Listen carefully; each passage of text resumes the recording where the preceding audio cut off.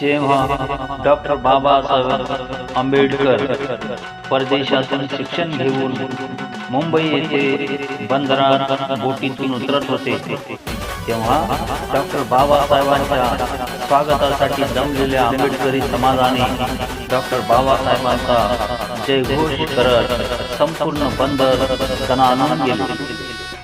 सर्व समाज डॉक्टर बाबासाहेबांना भेटायला आतुर झालेला होता.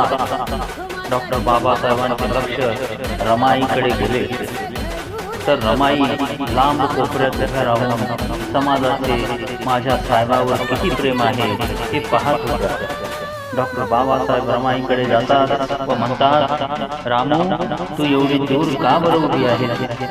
रमाई म्हणतात, साहेब, आपला समाज तुम्हाला भेटण्यासाठी खूप आतुर झाला. त्यांना पहिल्यांदा भेटू द्या. मी तर तुमची पत्नी